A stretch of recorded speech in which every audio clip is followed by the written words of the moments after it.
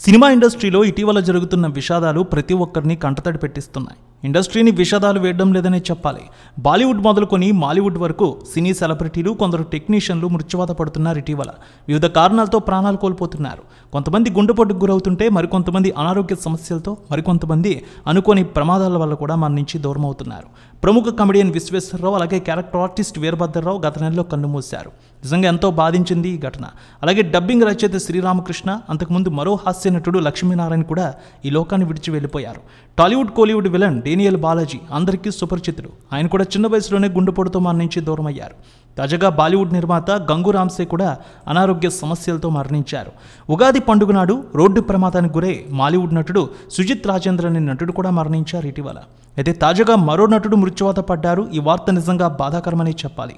పెళ్లిపేటలు ఎక్కాల్సిన సమయంలో శ్మశాన వాటికకు వెళ్లారు ఆయన.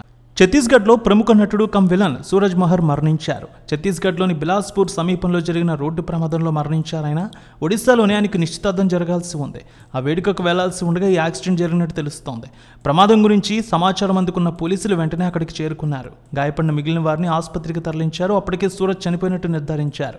ఈ ఘటనతో సూరజ్ మెహర్ సహచరుడు డ్రైవర్ కూడా తీవ్రంగా గాయపడ్డారు.